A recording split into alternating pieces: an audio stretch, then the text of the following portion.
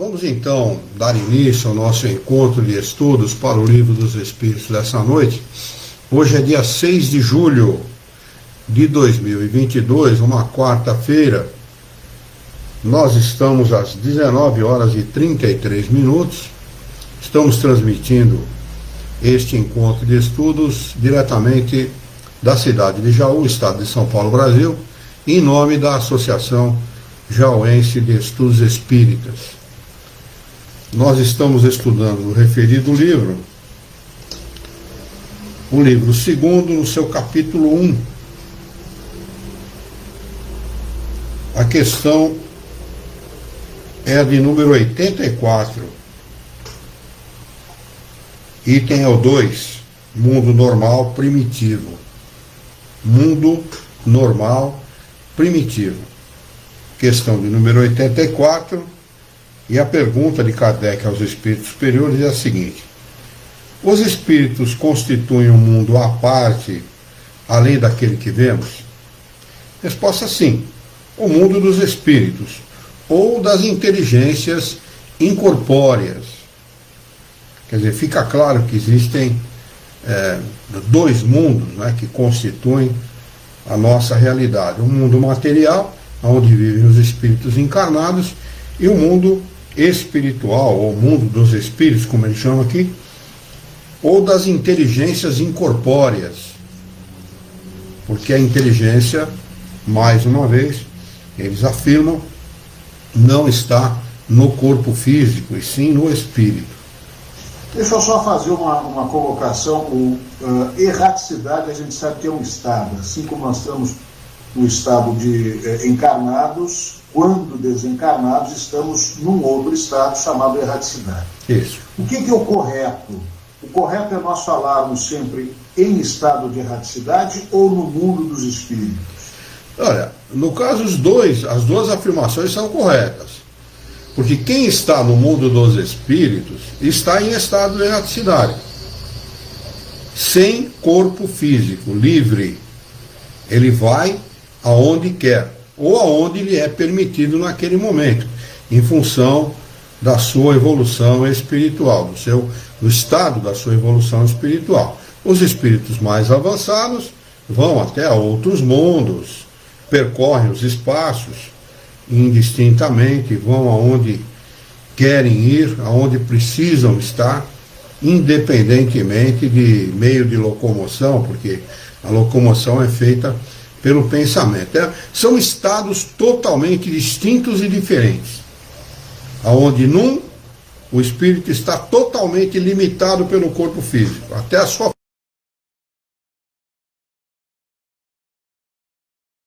de pai e mãe. Quando a gente vê alguém falando, nossa, esse aí ele lembra muito o pai, ou lembra muito a mãe e tal, é justamente esta a posição do espírito aqui no mundo dos encarnados, né? Ele está limitado àquilo que ele recebe hereditariamente de pai.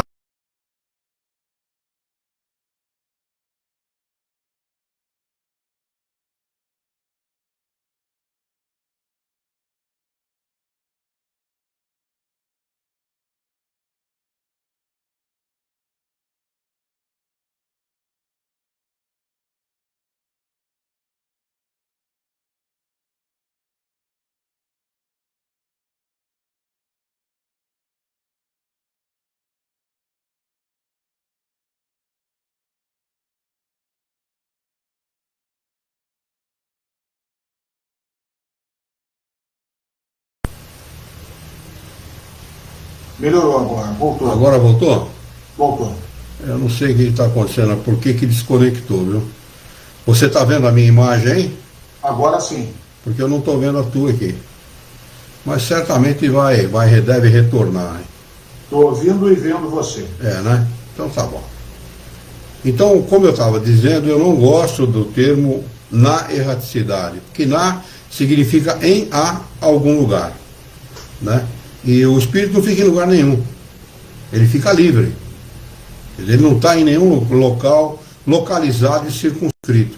É bom deixar isso bem claro, porque para que as pessoas não associem na erraticidade com algum algum ensinamento dado por romances, que está na colônia espiritual tal, estar em tal lugar assim. Esse espírito não fica em lugar nenhum, ele fica livre. Mesmo não tendo evolução, ele fica aí na Terra, andando para lá e para cá, sem rumo certo, muitas vezes, até imaginando que está vivendo a mesma vida que ele vinha vivendo, né? Senta na mesa para comer, conversa com seus parentes, deita na cama para dormir, toma ônibus para ir para onde ele precisa. Ele não tem a menor consciência de que ele desencarnou, devido ao seu estado, devido à sua falta de compreensão, devido à sua falta de informação, né? Então, são espíritos tão atrasados desse ponto de vista, que não se dão conta que desencarnaram. E tem muitos deles, né? Por isso que os espíritos são livres. Porque ele pode, por exemplo, nesse momento, nós podemos ter aqui, no quarto onde eu estou aqui, no escritório da minha empresa, espíritos que estão aprendendo isso. Pararam aqui, começaram a ouvir a nossa conversa, se interessaram pela nossa conversa e estão aqui aprendendo aquilo que nós estamos falando. É assim que funciona, é assim que os espíritos aprendem, uns com os outros, desde que tenham interesse, desde que se dediquem a aprender isto ou aquilo, né? Então, a diferença é exatamente essa, né? Estar em estado de erraticidade é completamente diferente de estar encarnado. Estar em estado de erraticidade é estar livre, sem corpo físico, aguardando, é um período que nós ficamos entre uma encarnação e outra, aguardando uma nova oportunidade de encarnar. Ou reencarnar, se for no caso do mesmo planeta, vamos dizer assim, na Terra, né? Nós desencarnamos aqui e reencarnamos aqui. Ou desencarnamos aqui e encarnamos em Marte, Saturno, Netuno, Plutão, Urano, sei lá onde, né? Casos de espíritos mais evoluídos, né? Não necessariamente, porque tem planetas que pertencem ao nosso sistema solar, que são menos evoluídos que a Terra. Ah, é? Júpiter é mais evoluído. Segundo os estudos de Kardec, Júpiter é mais evoluído que a Terra. É um planeta bem maior que a Terra, e lá os espíritos são espíritos felizes, né? Tá na Revista Espírita de 1858. Acho que já até citei esse estudo para os amigos aqui, para os companheiros, né? Então dê uma olhada lá nesse estudo sobre Júpiter, é muito interessante, vale a pena a gente conhecer. Ele faz uma pergunta aqui que vai responder uma parte da sua pergunta também, e é bastante importante. Qual dos dois mundos, espírita ou o mundo corpóreo, é o principal na ordem das coisas? Ou seja, qual é o mais importante? O mundo em que nós vivemos, o mundo material, ou o mundo espiritual, ou o mundo dos espíritos, né? É essa a pergunta de Kardec para os espíritos superiores. A resposta dos espíritos superiores é: o mundo espírita, ele pré-existe e sobrevive a tudo. Se o nosso mundo, por alguma estupidez do homem encarnado, deixasse de existir, uma guerra nuclear que dizimasse a tudo e a todos, não teria o menor problema. Nós sobreviveríamos como espírito, porque nós pré-existimos, antes de estar encarnados aqui, nós já éramos espíritos. Espíritos no nosso atual estado evolutivo, espíritos imperfeitos. Então nós existíamos antes de estar encarnados nesse mundo. E vamos sobreviver a isso, sem o menor problema. Vamos encarnar no mundo XYZ, sei lá, qualquer mundo, não importa. Para nós tanto faz. Para os espíritos, tanto faz estar encarnado na Terra ou em qualquer outro planeta, que nós não somos terráqueos, nós estamos terráqueos, temporariamente, né? O espírito, ele pode encarnar no planeta que lhe aprover, no planeta que for melhor para ele, independente do nome desse planeta, ou que lá se respire gás carbônico, ou que se sobreviva através de azoto, de urânio, de sei lá do que, não importa, né? Não importa se os espíritos em outros planetas respiram outro tipo de substância que não o oxigênio, né?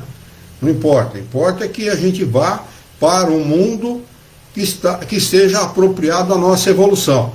Isso é o que interessa, né? porque aí nos dá a oportunidade de vivenciar as experiências que nós precisamos e progredir. Esse é o propósito dos espíritos ao encarnar em qualquer planeta, independentemente se ele seja um planeta primitivo, anterior ao nosso, ou superior ao nosso. Não importa, ele sempre vai estar aprendendo. Eu costumo e gosto de dizer que no nosso planeta, ou em planetas semelhantes ao nosso, não tem mestre, somos todos aprendizes. Não é? Estamos aqui para vivenciar as experiências e aprender com elas. Não é? Feliz daquele que procura os bons caminhos. Na realidade, ele está fazendo um atalho, um caminho mais curto para a sua própria felicidade. Como a felicidade, a nossa felicidade não depende de ninguém, depende somente de nós mesmos, então cada um é responsável pela sua felicidade ou pela sua infelicidade. Questão de número 86. O mundo corpóreo poderia deixar de existir ou nunca ter existido sem com isso alterar a essência do mundo espírita? O que eu acabei de dizer agora, com outras palavras. Resposta sim. Eles são independentes. O mundo dos espíritos, ou os espíritos em estado de erraticidade, aguardando uma nova encarnação, não depende do mundo material. Ele pode encarnar em qualquer lugar, em qualquer planeta, que seja apropriado a ele. E nós temos aí o universo pela a nossa disposição, vamos dizer assim. Né?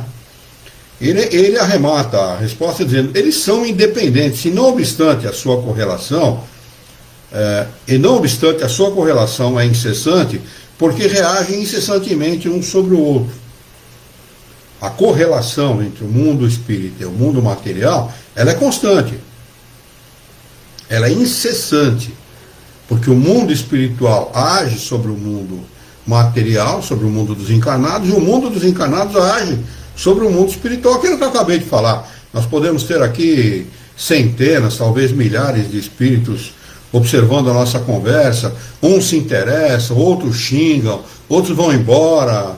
É assim, porque incessantemente um age ou reage sobre o outro. Essa relação é incessante, não tem fim. E o propósito é esse mesmo, é didático. Nós aprendermos com os desencarnados e com os encarnados, e os desencarnados aprenderem com os desencarnados e com os encarnados.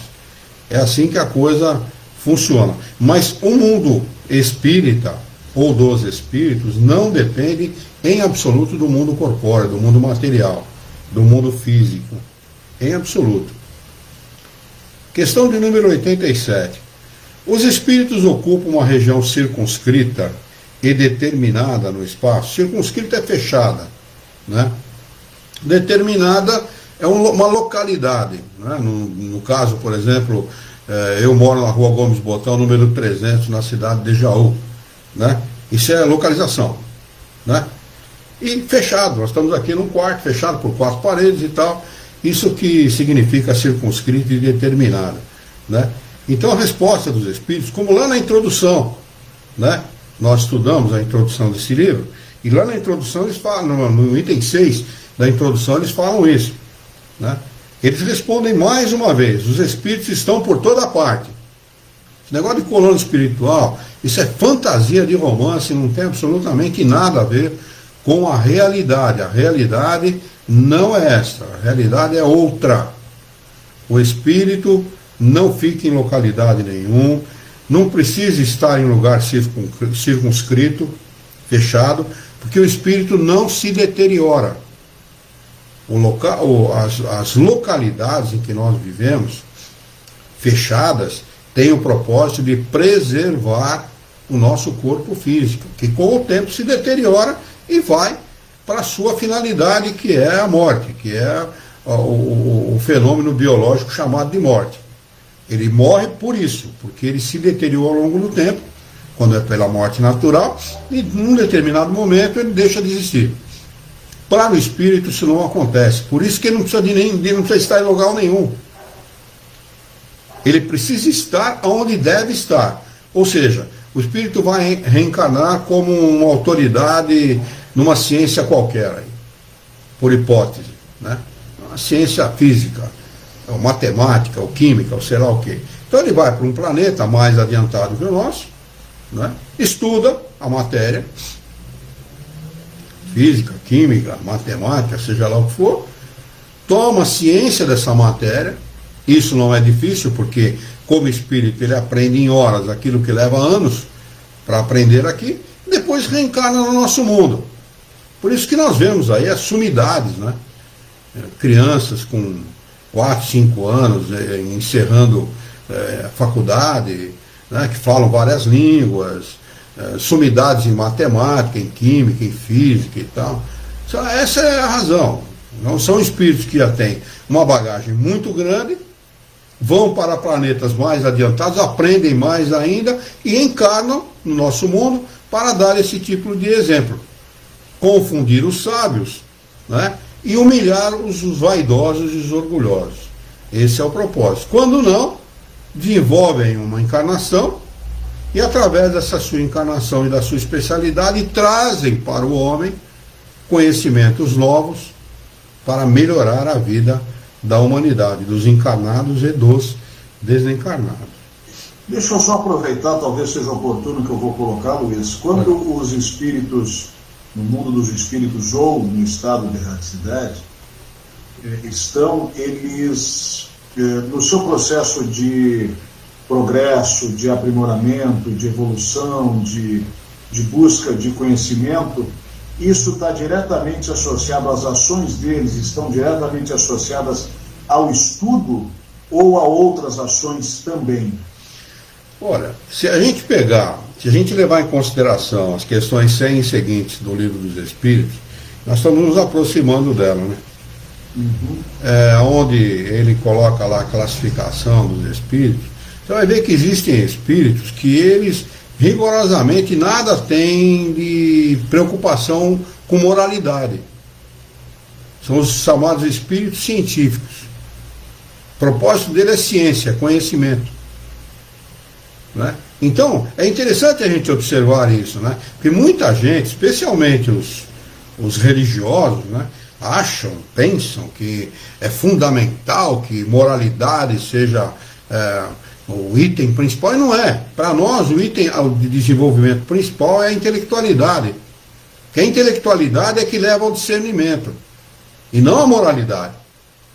A moralidade é uma consequência da intelectualidade, do desenvolvimento da intelectualidade. Não é? Então, a experiência de cada um é própria de cada um e dada por Deus segundo as necessidades de cada um, independentemente do que religião pensa, do que os filósofos pensam, do que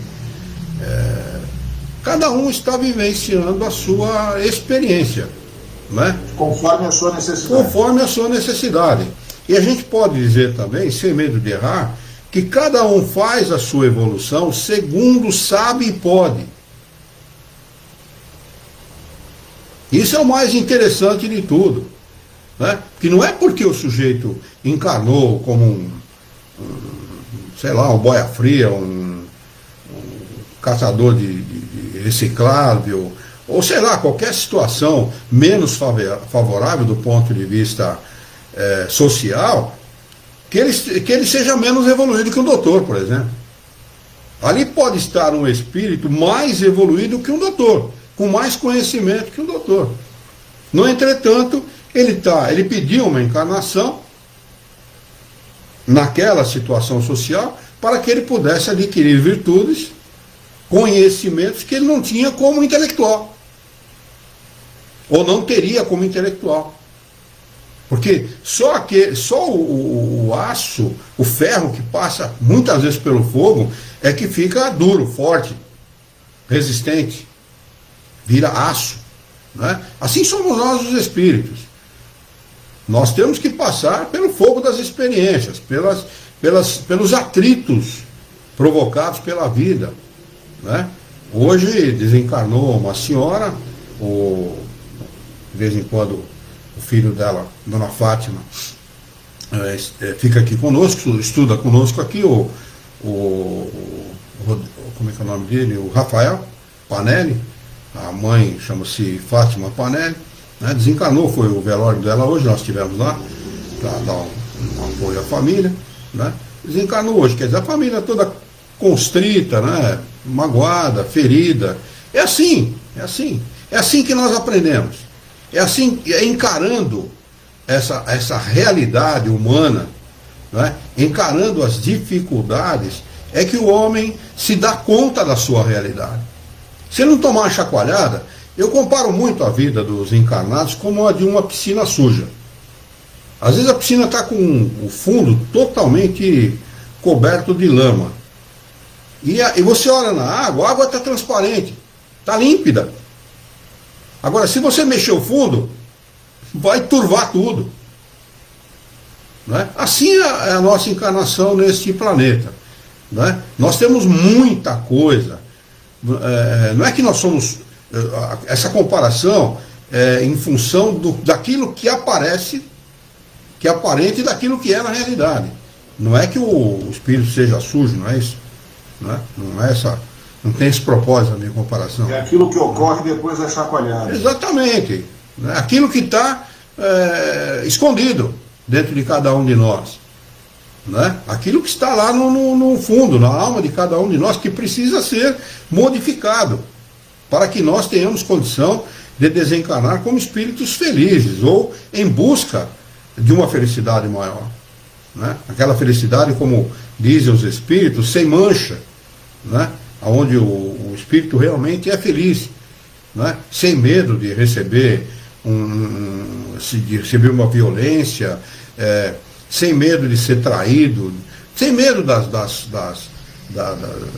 daquilo que a humanidade no nosso mundo oferece para cada um de nós a cada momento. Né? Quando você pensa que o sujeito é muito seu amigo, você vai ver um traidor. É assim que o nosso mundo é, infelizmente. Isso vale para a vida social, vale para a vida financeira, vale para a vida comercial, vale para qualquer situação, né? Infelizmente. Mas no mundo dos espíritos felizes isso não acontece. No mundo dos espíritos felizes, um se preocupa com a felicidade do outro.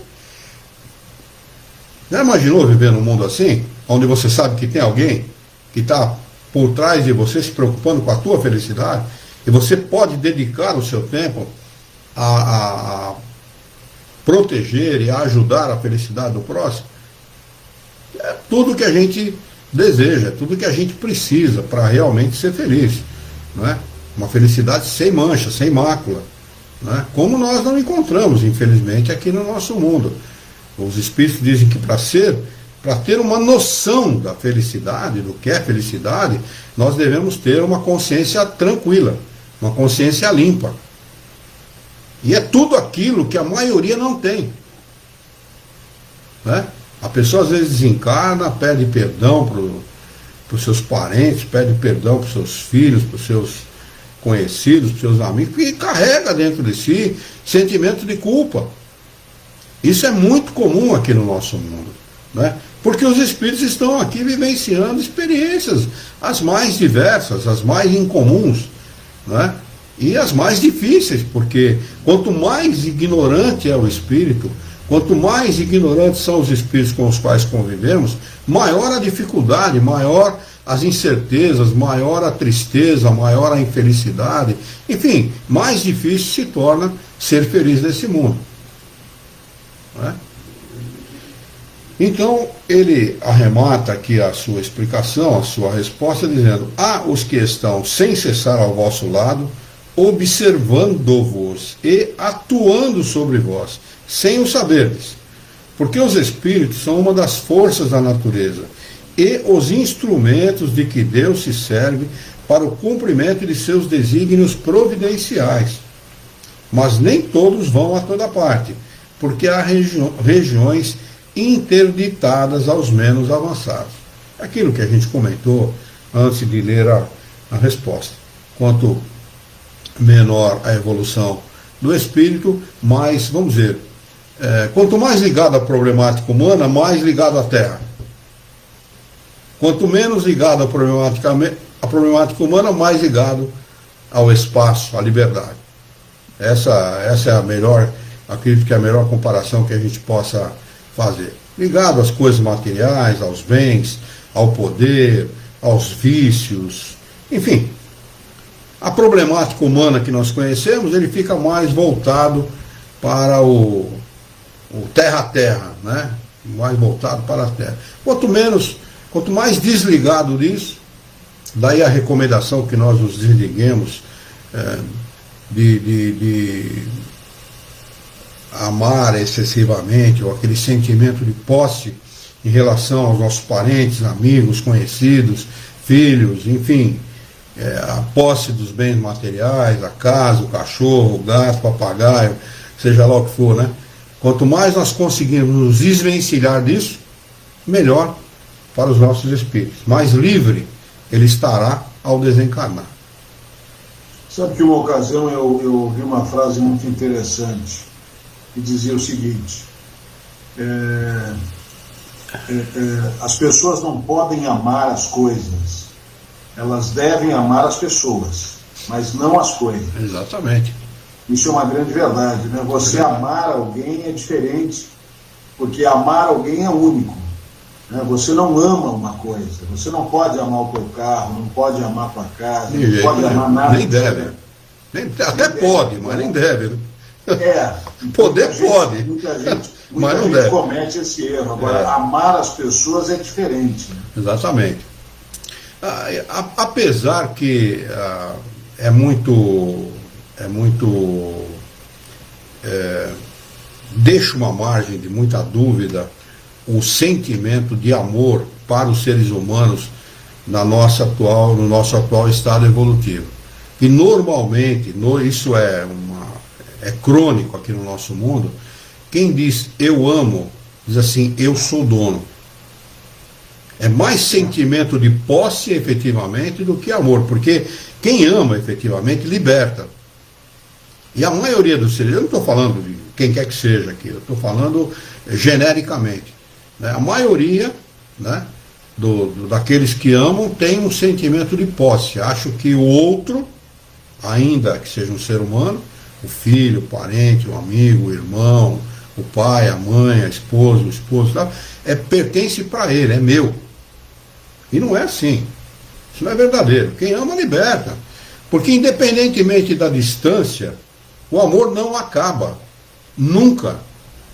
Você pode estar muito distante da pessoa ou separado pelo véu da desencarnação, né? E o sentimento de amor não acaba nunca. O sentimento de amor, ele é perene. Ele atravessa os tempos, as existências, as distâncias, sejam elas quais forem. Né? Então, é esse tipo de sentimento que nós precisamos aprender a desenvolver.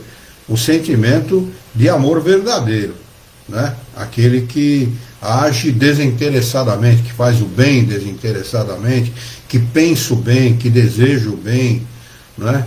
Que vibra bons pensamentos, pensamentos de amor, de perdão e tal.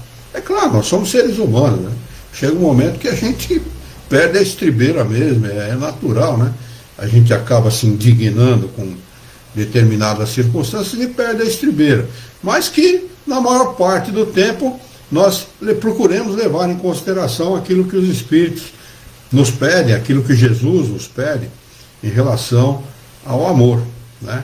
Amar e perdoar incondicionalmente. Vamos passar para o item 3, se não tiver aí nenhuma dúvida. Vamos passar para o item 3, que é forma e ambiguidade dos espíritos. A questão é de número 88. A pergunta de Kardec aos espíritos superiores é a seguinte: os espíritos têm uma forma determinada, limitada e constante? Resposta dos espíritos superiores. Atentem bem, porque isso aqui reúne uma informação muito importante para nós. Porque muita gente acha que vê espírito, não vê. Porque os espíritos, aos nossos olhos, não têm uma forma determinada, limitada e constante. Ah, mas como é que as pessoas veem um pai desencarnado, um irmão, uma mãe, um amigo e tal? Vê porque o espírito, com a possibilidade que ele tem, através do seu perispírito e através da manipulação desse perispírito, ele se dá uma forma. A forma que com a qual nós o conhecíamos naquela determinada encarnação, ou que ele tinha numa determinada encarnação com a qual ele se faz identificar como um ser humano, como um ser com um corpo semelhante ao nosso. Mas ele não tem desta maneira, não é? Mas aos nossos olhos, sim, ele tem uma forma determinada, limitada e constante. Eles são, se o quiserdes, uma flama, um clarão ou uma centelha etérea. Centelha etérea pode ser traduzido como labareda, fagulha, claridade forte, e etc. Aqui tem uma nota do tradutor que diz: todo esse trecho se refere ao espírito puro, desprovido do perispírito. Olha, nenhum espírito é desprovido de perispírito. O professor aqui comeu uma bronha, porque os espíritos superiores ensinam que o espírito, por mais puro que ele seja, ele tem perispírito.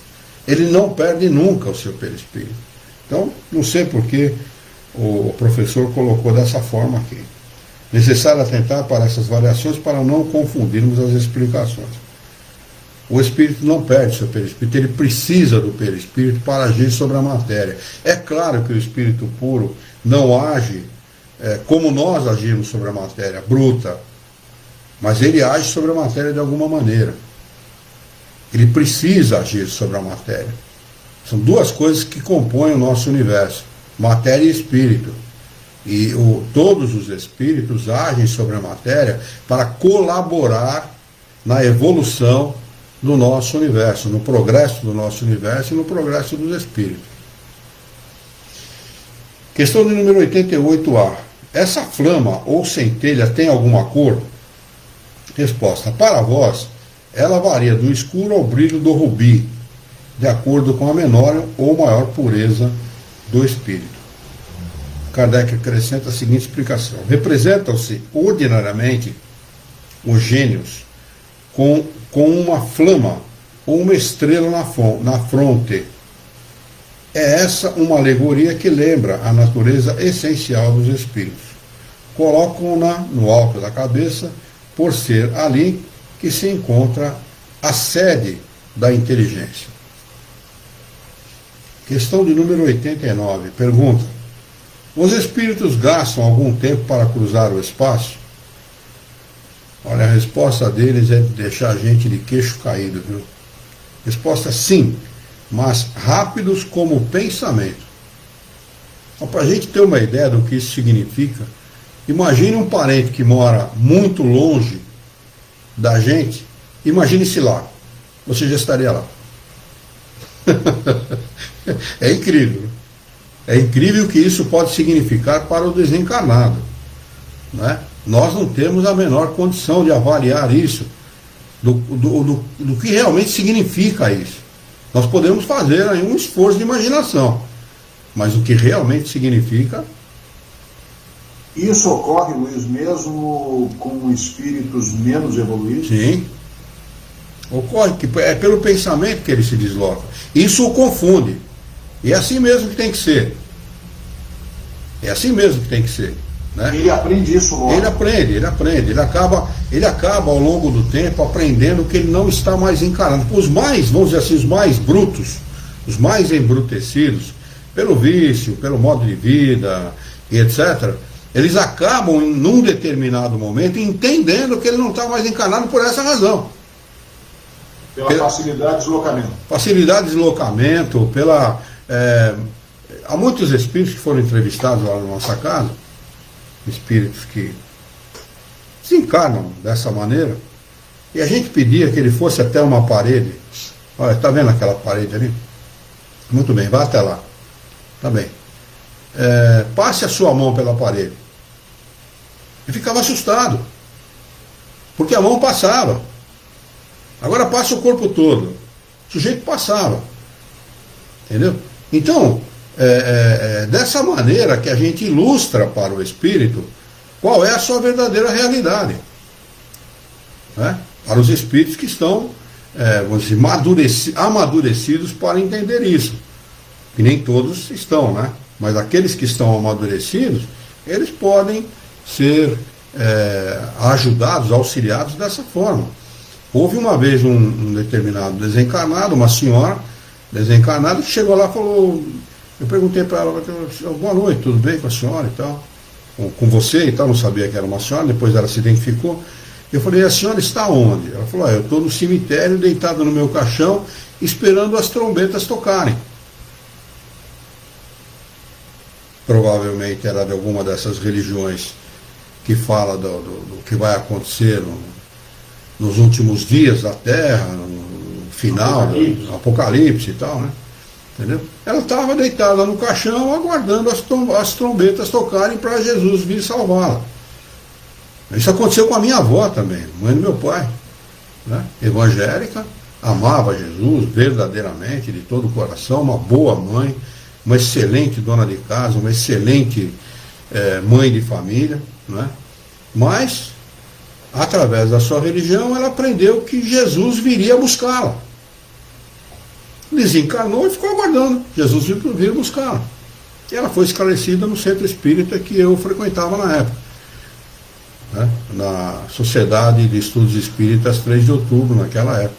Eu tinha 21 anos, 22 anos de idade, na época mais ou menos, né? Então, essa senhora com a qual eu conversei, e nós fomos explicando para ela e tal, aos poucos, pedimos que ela observasse que ia tocar uma trombeta, né? E que ela saísse para observar, para conversar com quem estava chamando, né? E realmente os espíritos simularam alguma coisa assim. Ela saiu do caixão e foi atendida pelo seu espírito guia e certamente conduzida para um outro lugar, porque provavelmente estava madura para entender aquilo que foi feito para ela, para ajudá-la. Houve o caso de uma outra senhora. Nós tínhamos a nossa casa espírita era, naquela época era na Rua Lourenço Prado, em frente a um colégio estadual. E essa senhora falou, boa noite e tal. Quem é? Eu sou fulano de tal, eu sou professora, eu amo muito a minha profissão, eu estou dentro da sala de aula. Eu gosto muito da minha, eu não saio daqui. Desencarnou e ficou dentro da sala de aula. Falei para ela, a senhora sai. Né? Inteiro na sala de aula. Ficou lá, na sala de aula. É o que ela gostava de fazer, né? Nós somos herdeiros do que nós pensamos, viu, Alexandre? E os companheiros que estão aí pela internet. Nós somos herdeiros daquilo que nós pensamos, né? Eu cheguei para ela e falei, a senhora conhece o novo diretor da escola? Não conheço, tem diretor novo. Olha, ele vai, a porta da sua sala está fechada? Ela falou, está. Então ele vai bater na porta da sua sala, a senhora o atenda, por favor. Quer dizer, certamente o espírito guia dela, algum espírito que queria ajudar e tal, bateu na porta da sala, ela atendeu e foi orientada, né? Então, é assim, olha que interessante, não são espíritos maus, viu? Não são espíritos que carregam ódio no seu coração, que desejam se vingar, são espíritos simplesmente ignorantes.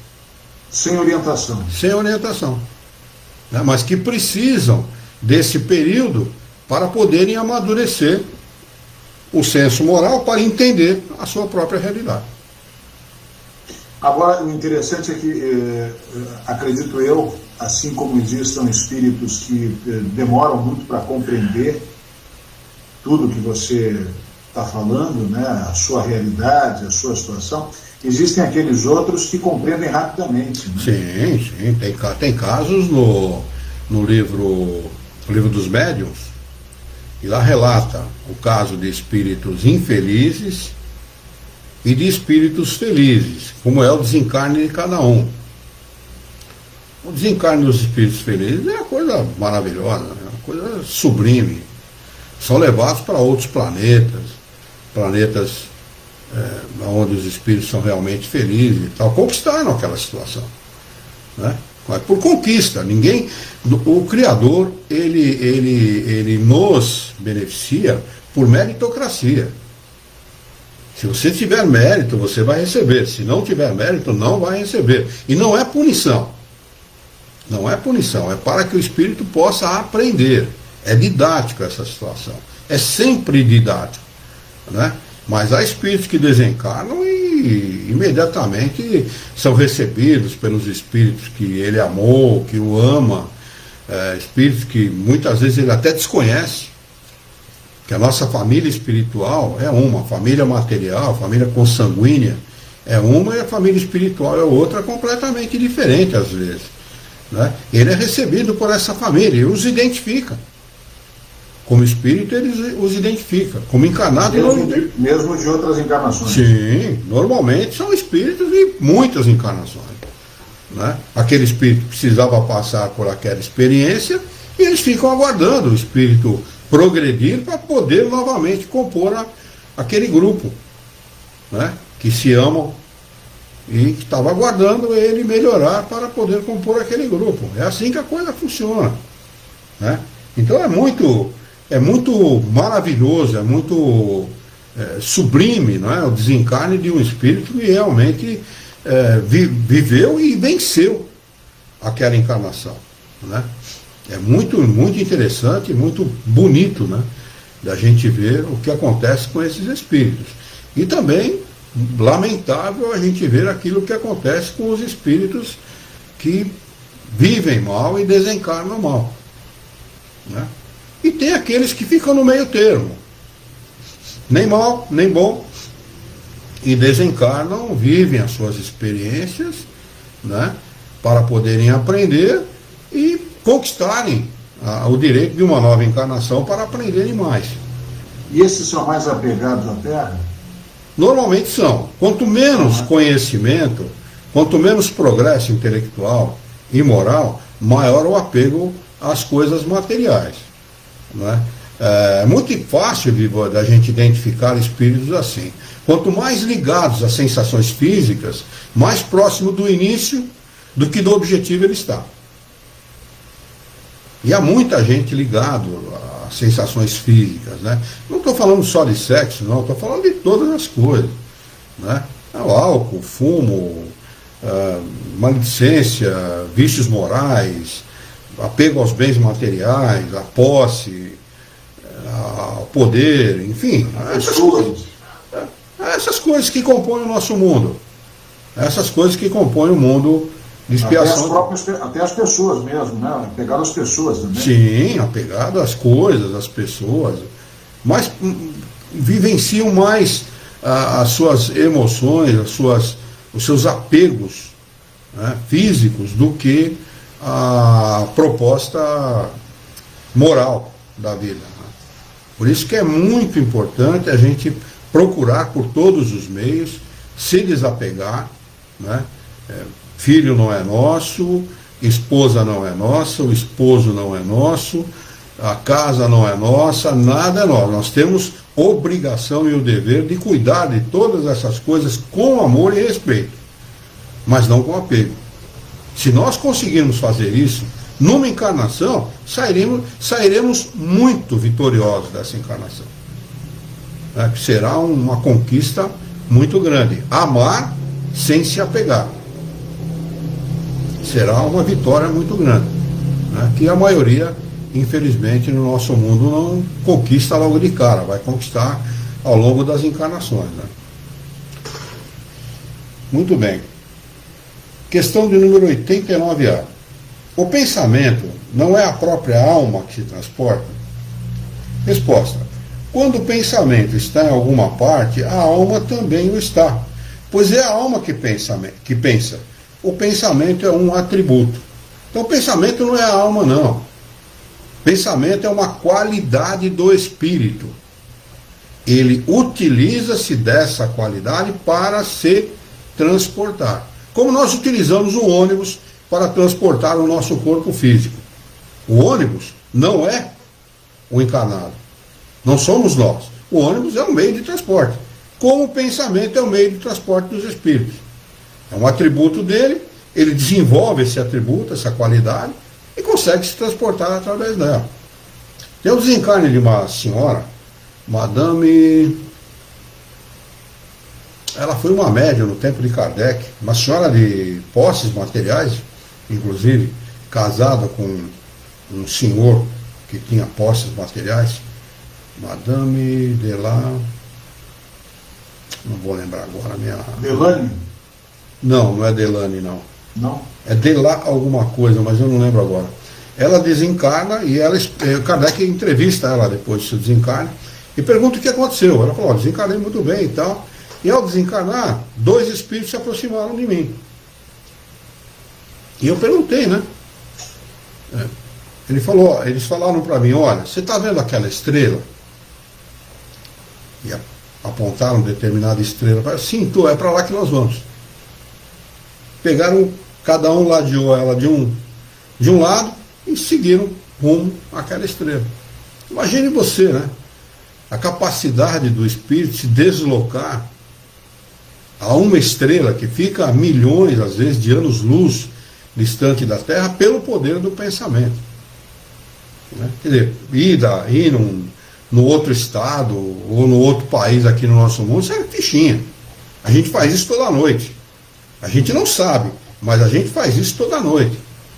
Vamos nos encontrar com parentes, com amigos, com conhecidos de outras encarnações, que estão encarnados em outros países, China, sei lá, em qualquer outro país, que estão lá vivenciando as suas experiências, que nós amamos e desconhecemos como encarnados. Isso é sempre, né, Luiz? Sim, sim, faz parte do aprendizado do espírito. Não é, eu não estou aqui fazendo aqui um esforço de ilusão e de imaginação para falar, não, é a realidade. Nós, como na vida de relação, no nosso dia a dia, nós vivemos como encarnados, mas durante o nosso sono, nós vivemos como espíritos. Nos deslocamos com a força do pensamento, nos relacionamos com outros espíritos, aprendemos com os espíritos, ensinamos os outros que estão abaixo de nós em evolução. Né? Então, há todo um trabalho que o espírito se dedica quando ele vai progredindo, na medida do seu progresso, ele vai assumindo mais responsabilidades, mais deveres, mais compromissos, assim que os espíritos superiores dizem que nós trabalhamos durante o sono do corpo físico e ao desencarnar podemos encontrar tarefas concluídas. Olha que interessante, que coisa extraordinária. Pensou a alegria que nos daria em saber que você desencarnou e está encontrar uma tarefa concluída por você ao longo da encarnação, quer dizer, foi útil, né? Usou aquele período de sono do corpo físico para ser útil aos irmãos, aos amigos, aos companheiros, enfim, a você mesmo. Ou seja, você está antevendo aquilo que você fará, isso? Não, eu disse que os espíritos superiores ensinam que é possível ao encarnado, durante o sono do corpo físico, realizar tarefas e ao desencarnar encontrar essas tarefas concluídas. Desculpa, ao desencarnar, ok. Já pensou? O que eu disse é o seguinte, a avaliação disso, que maravilha, que satisfação deve causar ao desencarnado encontrar uma tarefa que ele realizou durante a encarnação no mundo dos espíritos. Perfeito. Deve ser uma coisa maravilhosa, extraordinária, que deve trazer muita satisfação, muita alegria. Né? Poxa, eu usei meu tempo como encarnado de forma útil para mim e para os meus irmãos. Né? Então, isso é possível, isso não é fantasia, não. Isso é ensinado pelos espíritos superiores. Isso é a oportunidade que o Criador dá a todos os encarnados, a todos, indistintamente, independentemente se for espírita ou não, independentemente de religião, crença ou qualquer outra situação. Né? além de outras situações, né, durante o sono do corpo físico, por exemplo, conselhos que nós recebemos dos espíritos superiores, e que depois, em estado de vigília, surge no nosso pensamento como um pensamento íntimo, nos oferecendo solução para determinadas circunstâncias, para determinados problemas. Né? Olha como funciona, né? O quanto o Criador é misericordioso e bom conosco, que estamos no mundo de expiação e provas. Apesar de toda a nossa ignorância, de todos os nossos problemas, das nossas irritações, dos nossos, enfim, de tudo aquilo que nós vivenciamos no nosso mundo. Né?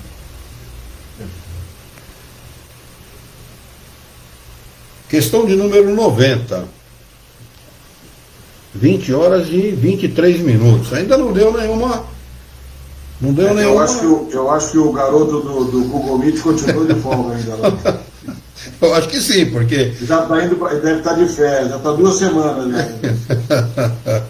Vamos lá. Uma semana, 2 aulas. Vamos terminar esse item aqui, que eu acho que dá para terminar. Questão de número 90.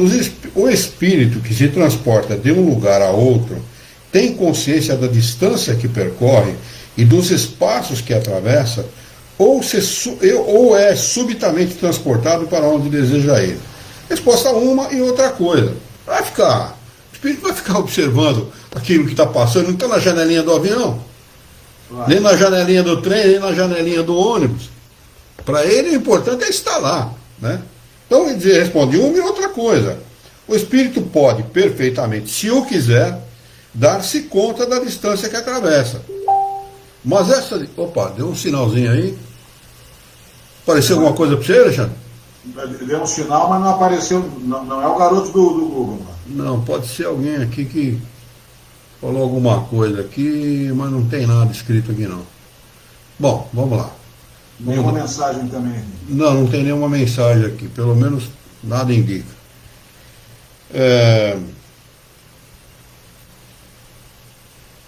Mas essa distância pode também desaparecer por completo. Isso depende da sua vontade e também da sua natureza, mais ou menos depurada. Né? E tudo funciona também em consonância com a capacidade do espírito, com o seu esclarecimento, com o seu progresso. Né? Perfeito. Questão de número 91. A matéria oferece obstáculos aos espíritos? Parede, porta, prédio, concreto, seja o que for? A resposta não. Eles penetram tudo. O ar, a terra, as águas, o próprio fogo lhes é igualmente acessíveis. São duas naturezas totalmente independentes, que a natureza material não incide nenhum obstáculo sobre a natureza espiritual. Por isso que o espírito não se deteriora. Ele não precisa de proteção, que nada o deteriora. Nem o fogo é capaz de deteriorá-lo. Questão de número 92. Os espíritos têm o dom da ubiguidade, ou seja, estar em 2 lugares ao mesmo tempo, ou em outras palavras, o mesmo espírito pode dividir-se ou estar ao mesmo tempo em vários pontos? Resposta: não. Não pode haver divisão de um espírito, mas cada um deles é um centro que irradia para diferentes lados, e é por isso que parecem estar em muitos lugares ao mesmo tempo. Um exemplo disso, bem conhecido aqui no Brasil, Frei Antônio de Santana Galvão, né, que estava em São Paulo rezando uma missa. Num determinado momento, ele é chamado aqui na beira do rio Tietê, por um sujeito que estava às portas da morte, pedindo para receber extrema unção. Ele ouve esse chamado, porque ele faz o chamado em nome do Frei Galvão, né? E ele pede para as pessoas que estão na missa para se concentrarem, entrarem em prece. Ele abaixa a cabeça, se concentra e aparece aqui na beira do rio e dá extrema unção para a pessoa. Encarnado. E os espíritos explicam que o espírito encarnado que tem essa condição, ele é um espírito evoluído já. Ele já é um espírito evoluído. Antônio de Pádua, a mesma coisa, foi defender o pai. Estava num lugar e foi defender o pai em outro. O pai estava sendo acusado. Ele continua respondendo: vês o sol, que não é mais do que um, e não obstante irradia por toda a parte e envia os seus raios até muito longe. Apesar disso, ele não se divide. Então, não há divisão do Espírito. Frei Galvão não estava lá e se dividiu em dois e veio aparecer aqui, não. Ele irradiou, né, através da projeção do seu perispírito e surgiu aqui à vista de todos. Foi avistado por todas as pessoas que lá estavam, né? Inclusive tem uma capelinha aqui na beira do rio, uma capelinha muito antiga aqui, que foi erigida em homenagem a ele, né? Questão de número 92. Todos os espíritos irradiam com o mesmo poder? Resposta, olha a resposta dele, bem longe disso. O poder de irradiação depende do grau de pureza de cada um. Então, para que o espírito possa ter essa capacidade de ubiguidade, ou o dom da ubiguidade, que na realidade o espírito não tem o dom da ubiguidade, ele tem o dom da irradiação, né? O perispírito ele é capaz de se retrair e de se expandir, né? Então ele expande o perispírito, como Jesus expandiu o perispírito na chamada pesca do lago de Genezaré, o mar da Galileia, quando ele manda o Pedro jogar a rede, né? Na realidade não houve milagre nenhum, ele expandiu o perispírito, localizou o cardume e mandou o Pedro jogar a rede ali, né? E a gente já sabe o resultado, encheu 2 barcos de peixe, né? Então, Kardec acrescenta a seguinte explicação a esta resposta: cada espírito é uma unidade indivisível, mas cada um deles pode estender o seu pensamento em diversas direções, sem por isso se dividir. Isto acontece conosco, embora sejamos muito menos evoluídos que Antônio de Pádua, com Frei Antônio de Santana Galvão, na prece. Nós irradiamos o nosso pensamento e atingimos, sim, aqueles que são objetivos da nossa prece, levando a essas pessoas um sinal do nosso amor, do nosso carinho, do desejo de que estejam bem, sejam eles encarnados ou desencarnados, não importa. Não é em absoluto necessário, não há necessidade nenhuma de nós visitarmos o túmulo de quem quer que seja, desde que nós dediquemos a essas pessoas que estão desencarnadas o nosso carinho, o nosso respeito, o nosso amor durante a prece. Eu nunca visitei o túmulo da minha mãe, do meu pai, do meu sogro e da minha sogra, que eu amava muito, mas sempre, todos os dias da minha vida, eu faço prece e declaro o meu amor, o meu carinho, o meu respeito, a minha gratidão a eles. E certamente eles recebem esta irradiação do meu pensamento com absoluta certeza. Como uma fagulha que projeta ao longe a sua claridade e pode ser percebida de todos os pontos do horizonte.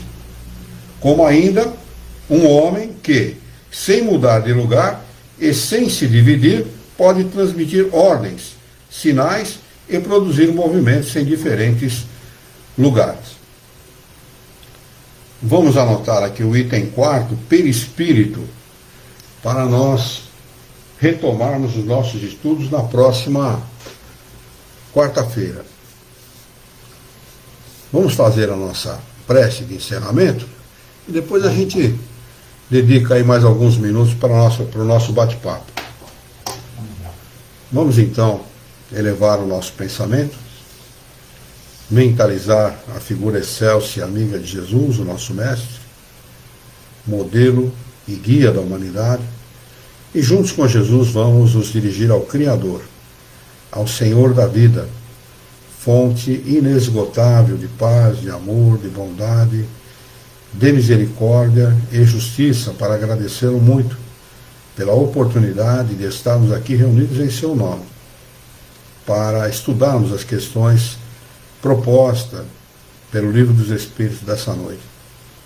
Queira o vosso amor, a vossa bondade, que tenhamos bom ânimo, coragem, determinação, ideias renovadas, alegria de viver e muito entusiasmo, para que nós possamos trabalhar, sermos úteis à sociedade em que vivemos e desta forma dignificar a nossa vida.